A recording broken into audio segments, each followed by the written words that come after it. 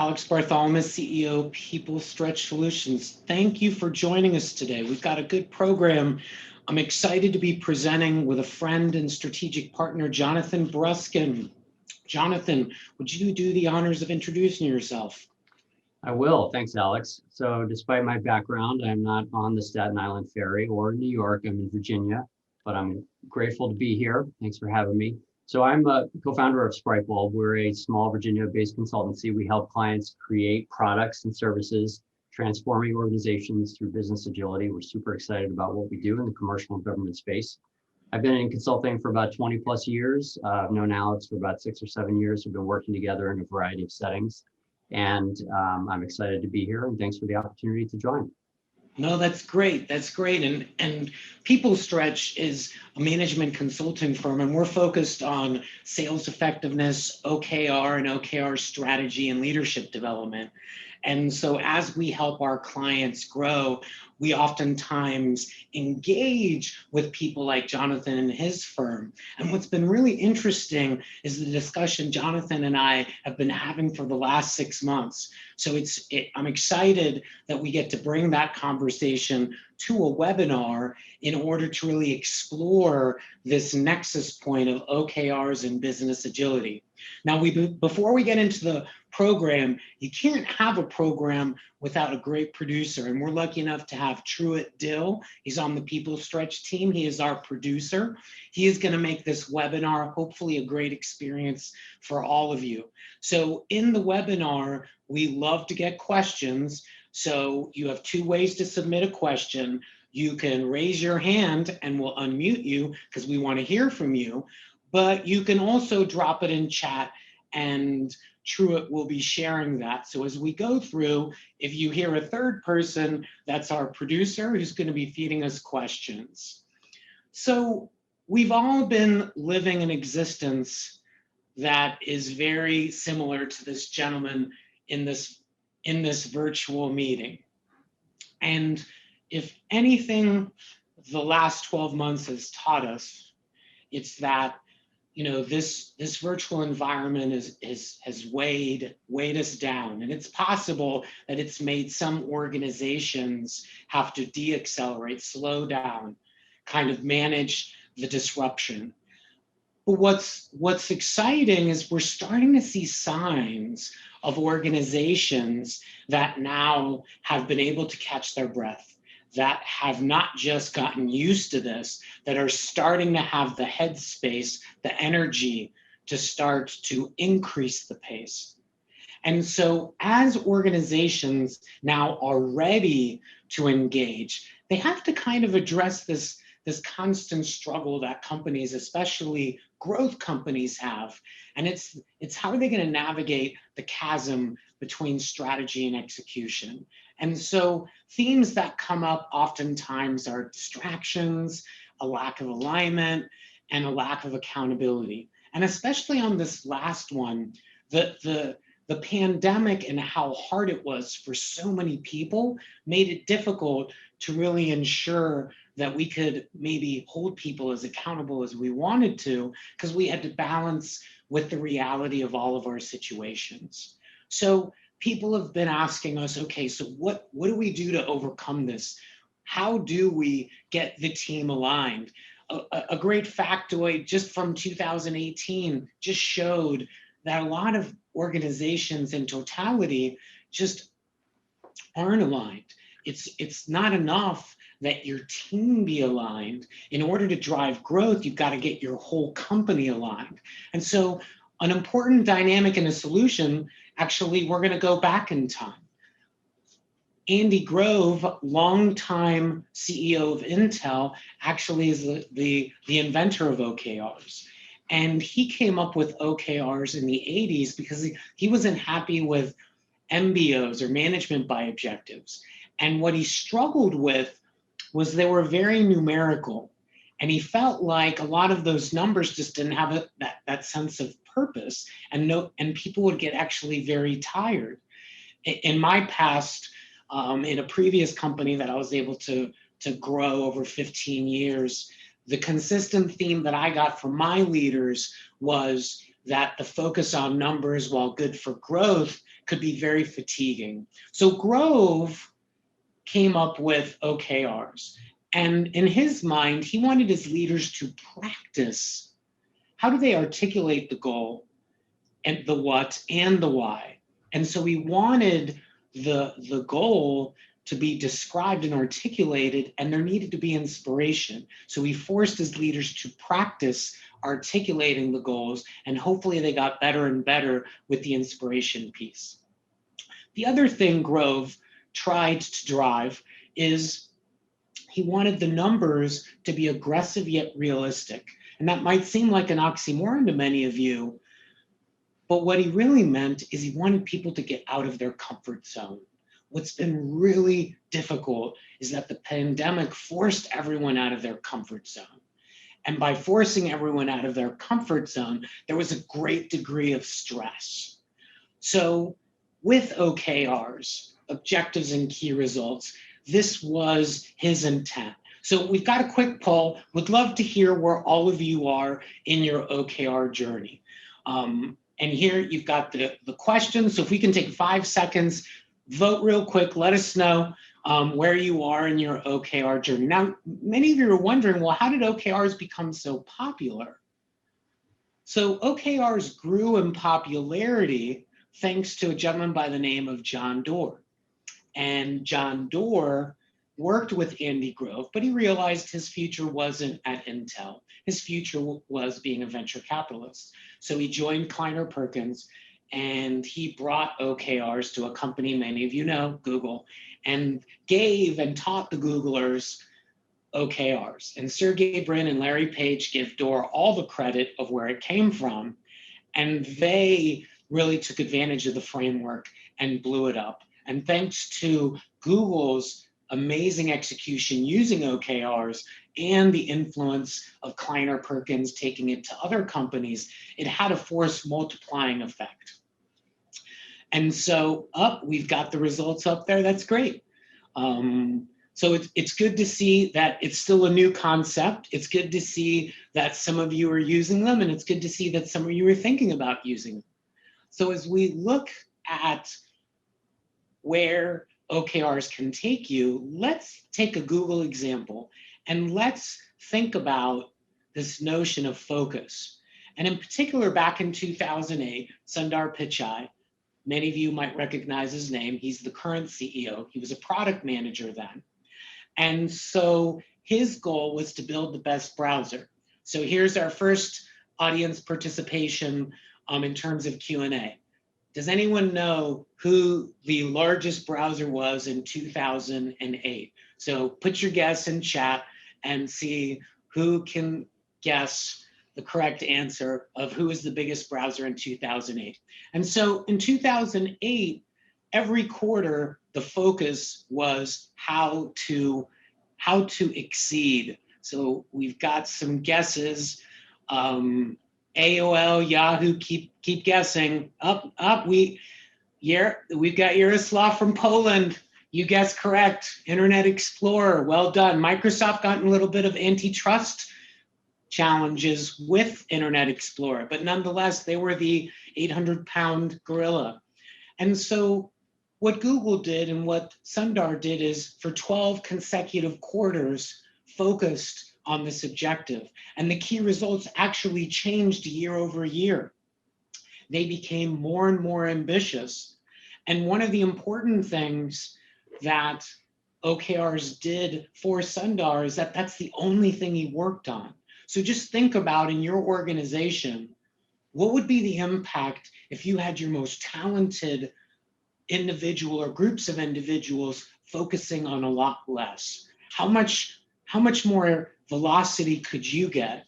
And so that's the concept of business agility and how it's so aligned with OKRs and what comes out of OKRs. So many of you are wondering, okay, remind me what's all involved in OKRs? Well, it's a framework with 3 phases. And it starts with strategic planning, and that's generally 2 weeks. Then it's got execution mode, which is roughly about 9 to 10 weeks. And then the final week of the quarter is used to be a retrospective. And so in a quarter, those three phases tend to drive a dramatic level of alignment and execution. So let's go a little deeper into what drives it in strategic planning. Now, an important aspect in those 2 weeks is being able to have a leadership team and potentially mid-level management and above getting and ensuring everybody's aligned with the vision and the strategy. And that creates top level objectives. And what's important over those next 2 weeks is those top level objectives have to be then broken down all the way down to the front line. And when you bring it back up, that process of conversations and all those conversations, either between teams, between departments, up and down, what that drives is an increased level of communication. And with that increased level of communication about what's strategically significant, you get an unprecedented level of alignment. Now, Jonathan, I want to hear about, because there's a lot talked about the similarities and differences of OKRs in the Agile world, and you're an Agile expert. Help us understand, in your opinion, what drives, that alignment in Agile. Yeah, absolutely. So, as you mentioned, clear vision and strategy, which is on the previous slide and also on this slide, paired with cascading communications really increases the frequency of those conversations that are happening throughout the organization. Use of Agile can amplify the clarity of those conversations. It can drive persistent alignment around vision and strategy, and it helps keep everyone accountable to making sure that they're meeting those goals. So I'm going to talk for a moment about how that happens. Vision and strategy are inherently connected to customer needs and the opportunities that come from clearly identifying what those needs are. It's really important to have somebody who's responsible for owning that connection. In Agile, that's a product or a service owner. The product or service ownership is the glue that connects vision and strategy with customer needs. So that's a really important concept that we emphasize all the time. It drives creation and execution of roadmaps, and it keeps lower levels of the organization disciplined and on track. That discipline happens through goal setting at the team level. Now, whether this is a manifestation of your key results as part of OKR or use of key results to drive an iteration, it's still happening one way or the other. Goals are discussed and agreed upon through organized planning sessions, allowing teams to commit to their goals and giving them space to give and receive regular feedback. Those feedback loops, whether they're in daily meetings or meetings with stakeholders or dedicated retrospectives, they provide the team with much needed introspection into their process and enables them to continuously improve all the time. So to kind of summarize, the vision and strategy are connected to customer need. That drives creation of a roadmap. Teams use the roadmap to set their goals, to plan, to make commitments, and they continue this cycle while giving and receiving feedback throughout the cycles. Yeah, that's great. Can you give us a sense of the time dimension here? Because obviously in OKRs, the strategic planning is a 2-week period. What's the time dimension across some of these elements? Yeah, so it's going to differ by team and sort of what the organizational rhythm looks like. We start out at the quarter level. If there are quarterly objectives, and then the team is breaking that down into kind of smaller chunks or iterations. In software, we talk about that being a 2 or 3 week time period. We try to use that same time scale for non-IT teams, but it really is going to depend on what the organizational rhythm looks like. We encourage no more than monthly, but 2 to 3 weeks is a pretty typical time frame. Okay, that's great. That's awesome. And I think a key piece that comes up a lot, a common intersection point, is the roadmap. And give us a sense of, from your perspective of what you've seen, what's the time horizon of that roadmap? Because oftentimes a roadmap, some software companies struggle with the roadmap because what I've seen is a 6-month, 9-month, 12-month horizon. What are you seeing from that perspective? Yeah, so we sort of default to 12 months, but what is important to understand about a roadmap is that what's right in front of you in the immediate quarter or 2 quarters should be very well defined. You know what you're going to tackle in the next quarter. You know with a little bit less granularity what's going to be in the subsequent quarter. And then in that 3rd and 4th quarter, with even less granularity. As long as what's happening in all 4 quarters is tied to your goals, then you've got a coherent roadmap and you can visualize to the organization what it looks like. But we talk about being progressively elaborative over the course of those 4 quarters, starting with the first, which is the most broken down. The teams take that and they use that to execute against. Okay, that's great. And for a lot of people that are new to OKRs, what Jonathan just described is a natural tension point between when an organization starts and they might ask themselves, do we do annual OKRs or do we do quarterly OKRs? And most organizations opt to start with quarterly OKRs, which can at times put a team at odds with their product roadmap if it's not laid out quarter increments. That's not always the case, and that's a tension point. So it's helpful to have an expert like you here to be able to share that so we can juxtapose that, because you do a far better job than I do at describing it. So thank you, Jonathan. And just in summary, when we think about OKRs and strategic planning, you really get and drive business agility by having more teams, having more conversations. And a lot of companies just don't do a good job of choreographing that in a tight window. And that's what OKRs forces you to do every quarter. Now, once you've left strategic planning, you get into execution mode. And a key part of execution mode is how leaders choreograph talking about OKRs, either in a team review or a one-on-one setting. And so frequency is really important. And what we've seen in the pandemic, in virtual environments, people have started meeting less frequently.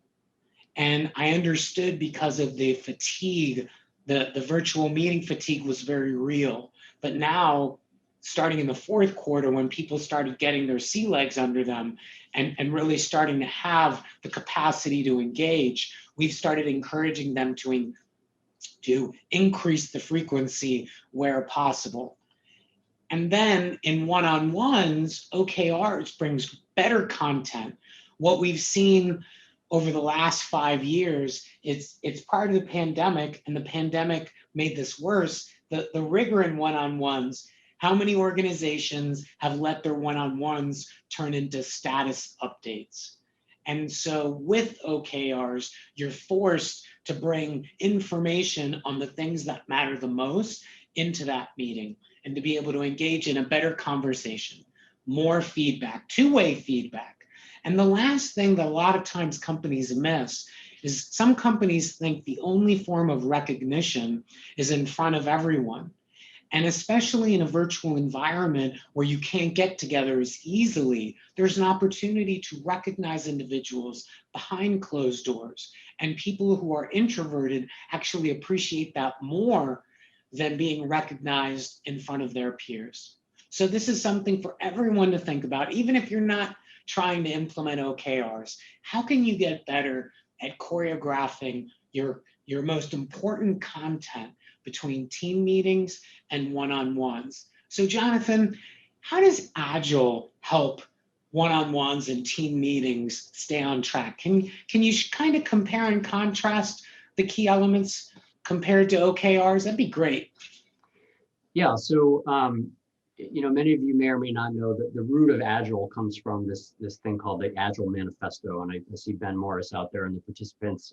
Ben's super familiar with Agile and he knows about the Agile Manifesto, but it's kind of the constitution of Agile methodologies. And one of the 12 core principles of the Agile Manifesto is, quote, the most efficient and effective method of conveying information to and within a development team is face-to-face conversation.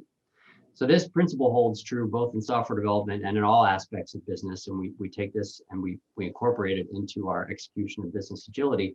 Agile helps individuals and teams stay on track through a combination of roles within the organization, new ways of conducting meetings, and specific types of artifacts that support day-to-day work. So I'm going to talk a little bit about each of those 3 things. So as far as roles are concerned, there are 2 important ideas that drive the types of roles that we execute in Agile. The first is the idea of servant leadership. This is the idea that leaders lead both through setting goals, but also doing what they expect their teams to do. They have a role within the team as well as guiding the team to success. Second, as far as roles are concerned, is shared accountability. We want shared accountability among a team, and that's created by cascading those objectives that Alex mentioned to the teams and ensuring that the team understands their role in executing that vision and executing that strategy. With respect to meetings, so Agile prescribes daily touch points for teams. Daily is the desired cadence, but every team is different. And to Alex's point earlier, we've all got Zoom fatigue. If you're tasked with getting on another daily stand-up so that you can just give a status report, it becomes tiresome. So what's true of all teams is that whatever meeting process is followed, we encourage teams to do it with rigor, with purpose, and with extraordinary regularity. So that rigor comes with constant reminders about being focused on outcomes when you talk as a team, not about the day-to-day minutia, not about the outputs. It's focus on outcome. Make sure that the team understands why they're doing the work and make sure that they're doing it on a regular basis. So finally, we talk about artifacts. So first of all, information radiators. That's super key to creating transparency into the process. Information radiator may be a new term to some of you, but it's basically anything that is making transparent information about how things are going, about work that's in progress. This PowerPoint presentation we're looking at is a form of information radiator, but most commonly you've got Trello, Kanban boards, Jira. These are places where work is being tracked and the team can gather around it. So tracking information, OKRs, metrics, goals, work activity, this discipline complements the practice of continuous prioritization. Communicating priorities is critical to conveying commitment to strategy, and it creates very strong shared accountability among leaders and their teams. So what I'm intrigued by is this notion of first the extraordinary regularity, because you quickly said that but went to outcomes, and OKRs help an organization get better and better focused on not inputs but outcomes, and I know Agile does too. So I think that's great. Also, this concept of an information radiator, it's the transparency. So with OKRs, we always talk about transparency, and I'm not going to plug any OKR software today. I'm a huge fan. I highly recommend it because it facilitates a greater level of transparency. What are some other information radiators other than the ones you mentioned? Or do you think you captured all the different types? We captured a number of them, but I guess I default to recommending a Kanban style type board for many teams because Kanban encourages teams to eliminate waste and really focus on the work that they do and minimizing the amount of work that's in progress at any given time. The way that you can do that with a team is to visualize what's going on and have everybody see the volume of work, see the totality of things that they have in progress, and be able to say as a team, we can't do all this, and we really need to spend time prioritizing and sequencing. So most of the tools out there, and they're all developing these things, even individual task trackers like Todoist, they'll let you see your tasks as a list, and they'll also let you see it as a Kanban board. So I would encourage teams to sort of move away from project plans, track their activities in Kanban boards, and that enables you to have an immediate information radiator. Yeah, I'm a huge fan of those kinds of tools. So we're seeing the similarities in how the Agile community works, and we're comparing that to OKRs. And both of these are what give you that business agility and the velocity that we're looking for. Summarizing up on OKRs, I just always like to get people thinking about how are you choreographing your team meetings versus one-on-ones.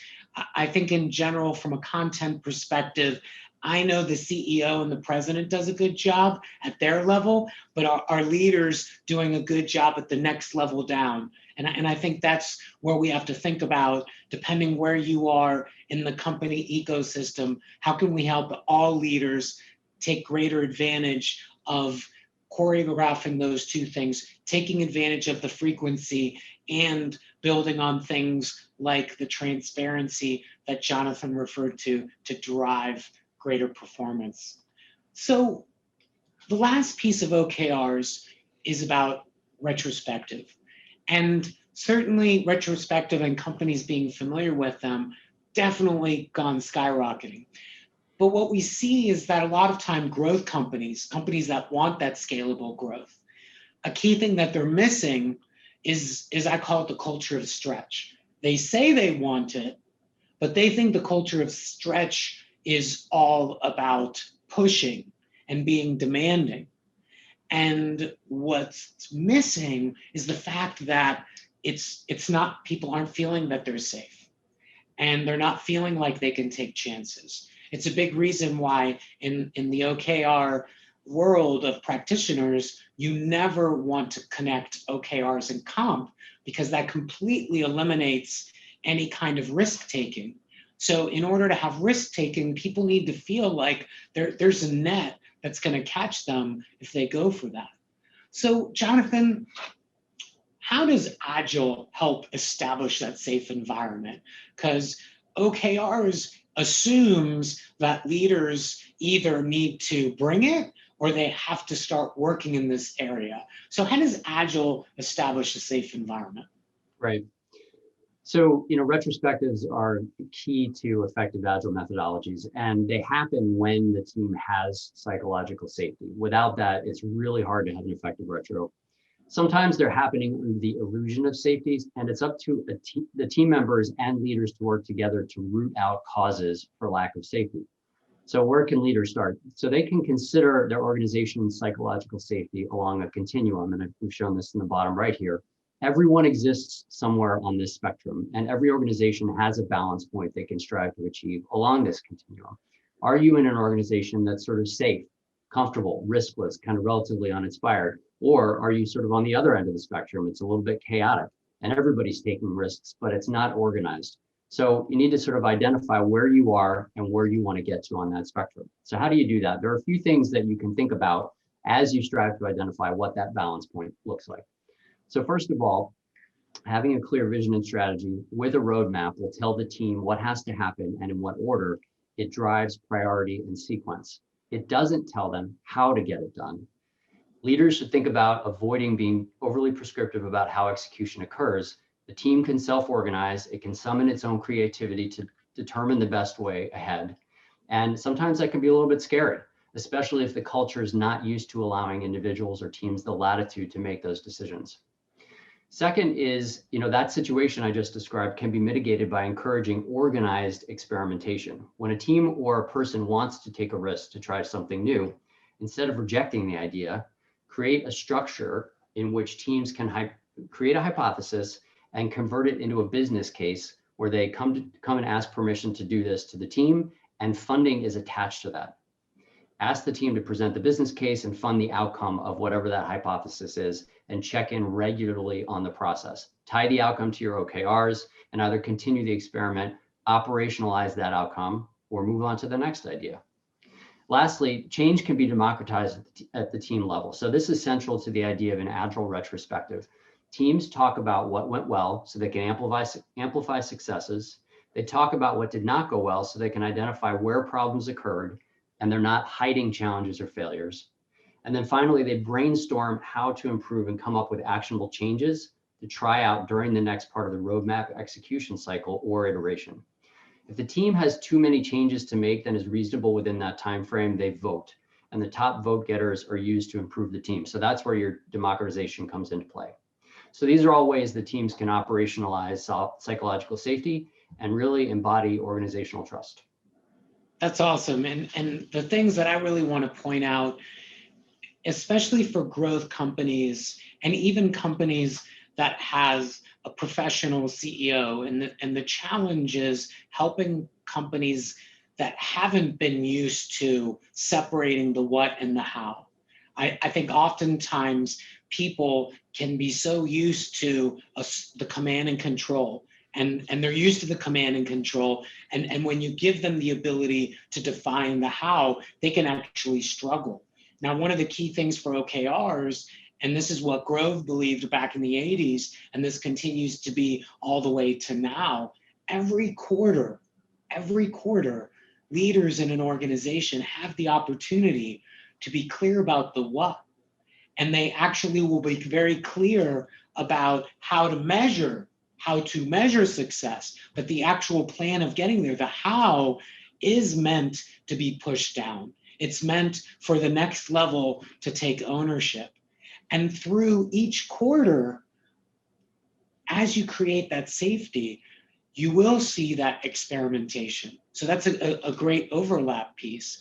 And oftentimes for companies that are either doing OKRs or thinking about doing OKRs, we're fans of being proactive with change management. And so by being proactive with change management, understanding how you have to actually improve your communication, you've got to identify who are your agents of change. You have to prepare to manage resistance. You have to reinforce the change that you're trying to bring about. All these things, if you want to get more out of OKRs, are things that you have to bring to bear. So a lot of times people think OKR is by no means a silver bullet, nor is Agile. I think we always talk about that. It's these other things that you have to bring with it that will allow organization to really get as much value as possible. So on the retrospective side, just tying it up on OKRs, we encourage companies to track those conversations, the wins, and we also want to see how much they track the losses and how they've learned from the losses. Because losses are okay if you learn and can operationalize your learning. And a lot of times people aren't open about that. And sometimes they might be open, but then they do nothing with it. So what's important is learning isn't learning if we don't operationalize it in the future. So I want to leave everyone with that. So as we kind of wrap up key takeaways, a big thing that drives scalable growth and that agility is that combination of focus and inspiration. I think we've tried to show you today how the OKR framework and the platform tends to drive that scalable growth. And I think both Jonathan and I have kind of highlighted those overlap points of how both Agile and OKRs drives that business agility. So we've got a few minutes for Q&A. Want to give everyone an opportunity to ask questions. We've given you a lot of information, and at this point, we're happy to answer a few questions as we will be wrapping up around 1:45 or a few minutes before that. Truett, do we have anyone who's asked us any questions so far? Yeah, I got one right here, Alex. The first question is, how long does it take for OKR to make an impact? Okay, that's a great question. So oftentimes we see that it takes generally, people start seeing an anecdotal or a visceral feedback in the first quarter. And that first quarter oftentimes is the one it takes the hardest pushing, and you start getting some velocity, and then you start seeing some significant impact in the second quarter. Jonathan, I'm curious, when people go from a previous methodology to Agile, how long does it take for Agile to kick in? That's a good question. So you start to see the impact on behavior immediately. The question is, how long does it take for outcomes to really be affected? And it kind of depends on what the roadmap looks like. So you can start to see changes in behavior within a few weeks and months, but it takes probably a few quarters before it starts to change the nature of the outcomes within the organization. So I would say it takes a few quarters.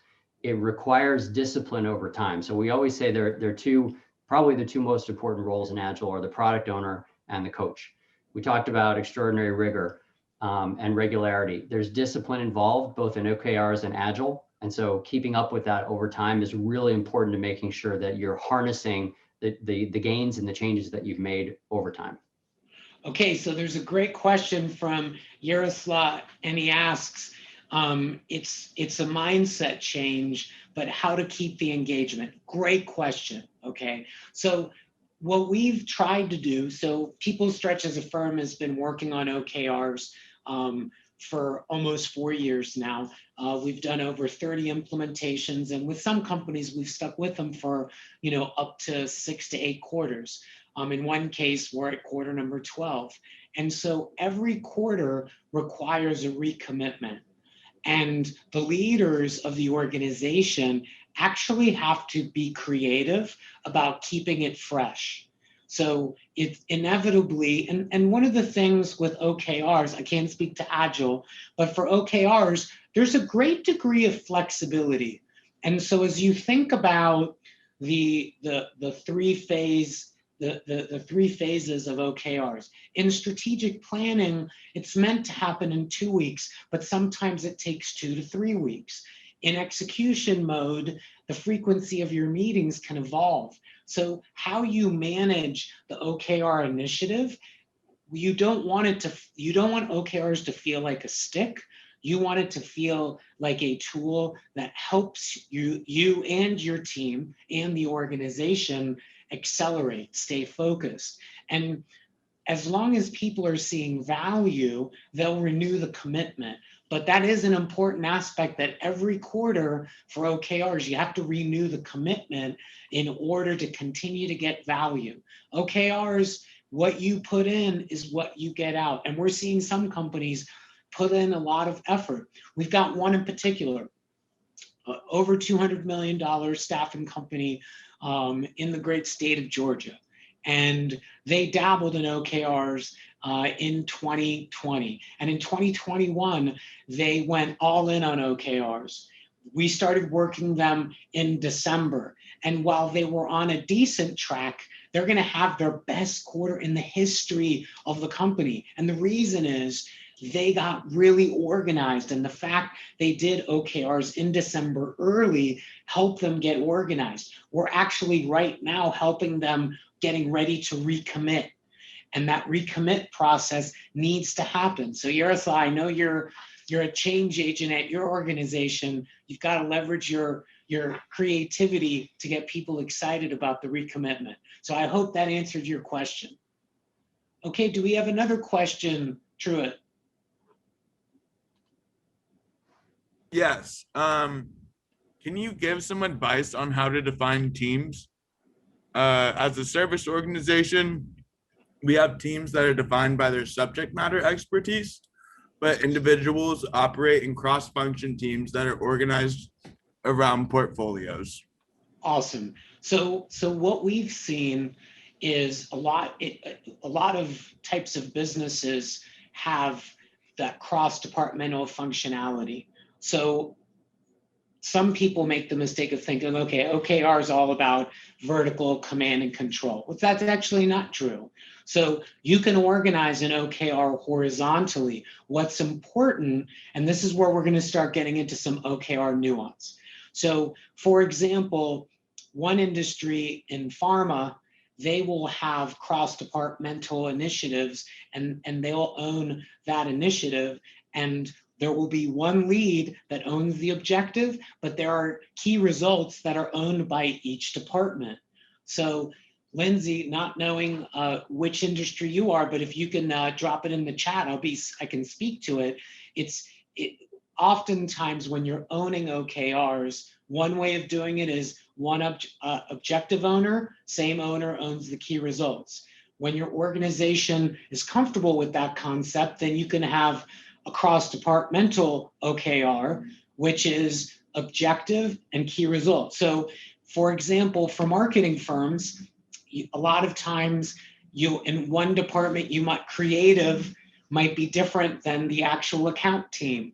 And you might have different stakeholders that you're pulling in. And depending on the size of the project, of the internal initiative, what you're trying to do, the key is OKRs can work with you when you make it very clear who owns the objective, and then you define very clearly the key result, and that key result is owned by the other stakeholders. Does that make sense, Lindsay? Just chat back, let me know if you have a follow-up question. But generally, when it comes to cross-departmental objectives, which we see a lot of growing companies try to share resources, you've got to be able to define one objective lead, and then you can share key result ownership and the tracking of it. And this is where a tool makes huge difference.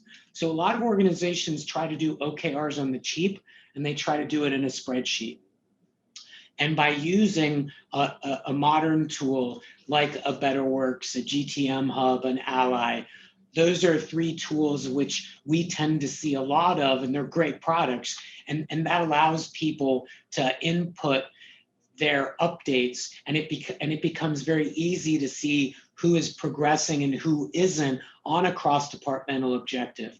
The other thing, Lindsay, that's really important is how the frequency of governance across those cross-departmental objectives. Because what gets really tricky is that how well are you managing resource capacity? Because oftentimes the problem that we see in cross-departmental OKRs is it's not easy to calculate the capacity, the weight that will take on some of the team members. So that's something that I would highlight for you, and hopefully that can be helpful as well. So Truett, I think we've answered our open questions in the Q&A. Anything else before we start wrapping up? I got nothing else on my end right now. Okay, great. Well, we really appreciate you joining today. If you want to reach out, here's my email. If you're interested in talking to Jonathan about Agile and his services, by all means, we're going to send a follow-up email with his contact information as well. Really appreciate you coming here today and learning about OKRs and how they create scalable growth and business agility. Jonathan, thank you for joining us. Truett, thank you for being a great producer, and I wish everyone a great day. Thanks, Alex.